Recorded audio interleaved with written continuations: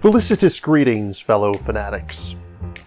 Welcome back, everyone. I'm Adam the Fanatic, and today we're going to be taking a look at the first of the Coded Chronicles games, Scooby-Doo Escape from the Haunted Mansion, an escape room in a box by The Op. Scooby-Doo scarcely needs an introduction.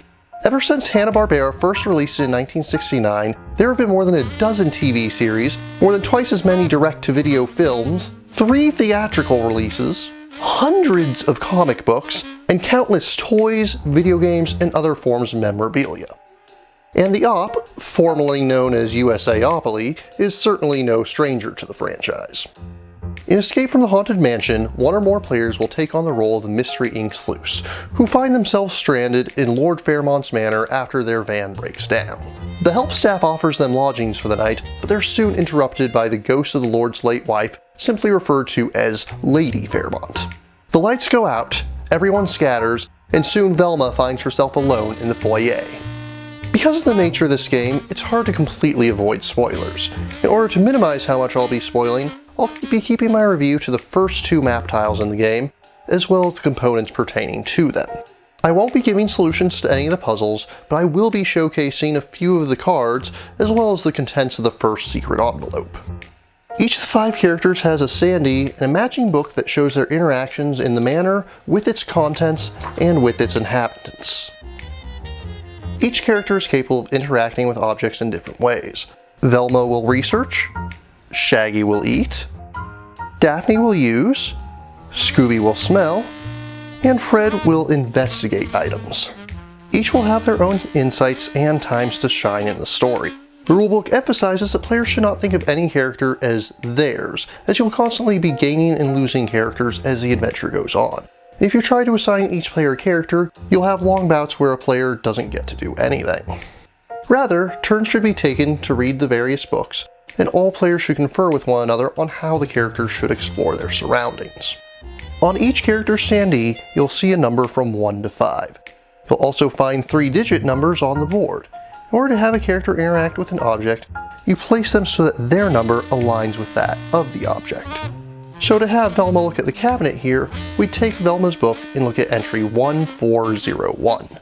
Gingerly reaching out, Velma opens the door to an antique French armoire.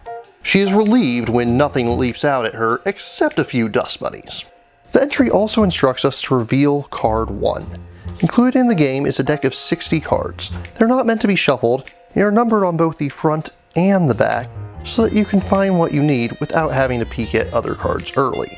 In this case, the card shows us the contents of the armoire. It has 401 marked on top to remind us that it corresponds with the armoire on the map, but it also has a weight and a jacket that players can interact with. Sometimes numbers won't be 3 digits. In such cases as this, you'll need to combine numbers in order to make a 4-digit number. To open this door to the north, you'll need to use a key, which we can see is labeled 1. So you would take the 1 from Velma, the 1 from the key, and the 11 from the door to give us 1111, telling us to turn to that entry. Of course, as the case goes on, you'll get access to more rooms, additional characters, and various puzzles. For example, before long, you'll obtain a skeleton key comprised of various tetrominoes, which must be assembled to use them.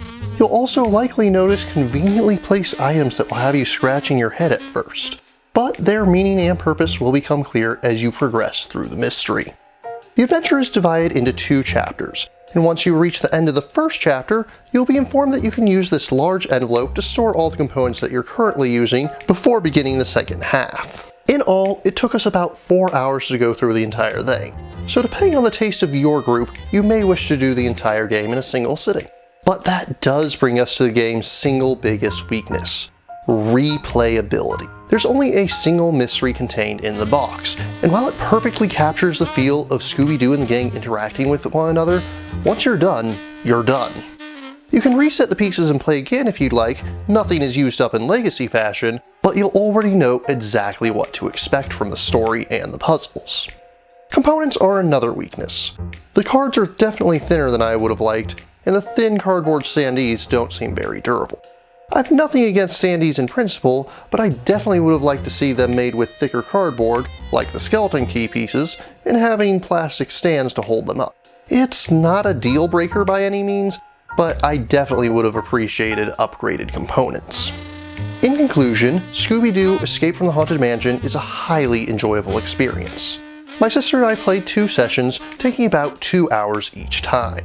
Going into the game, I did fear that the puzzles might be too easy to be enjoyable by adults, but I'm glad to say that my fears in that case were unfounded. There was a wide variety of puzzles within the game, and most of them were quite clever.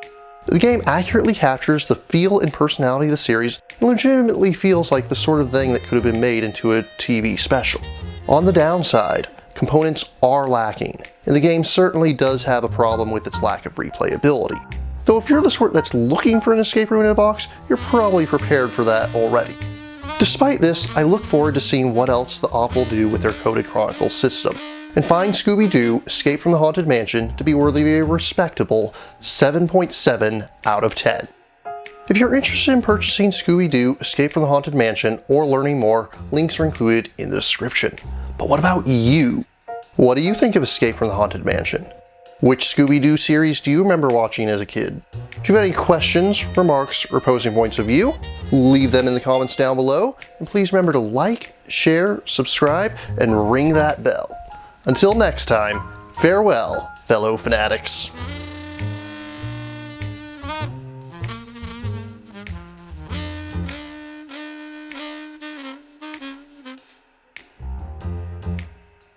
Thank you again for watching. I have plenty more to share with you if you're interested. You can click up here above my head to subscribe to my channel. You can click over here on my monitor to see the most recent video that I've worked on. Or if you prefer, you can click up here to open this mysterious vault and see what video that the YouTube algorithm has picked, just for you.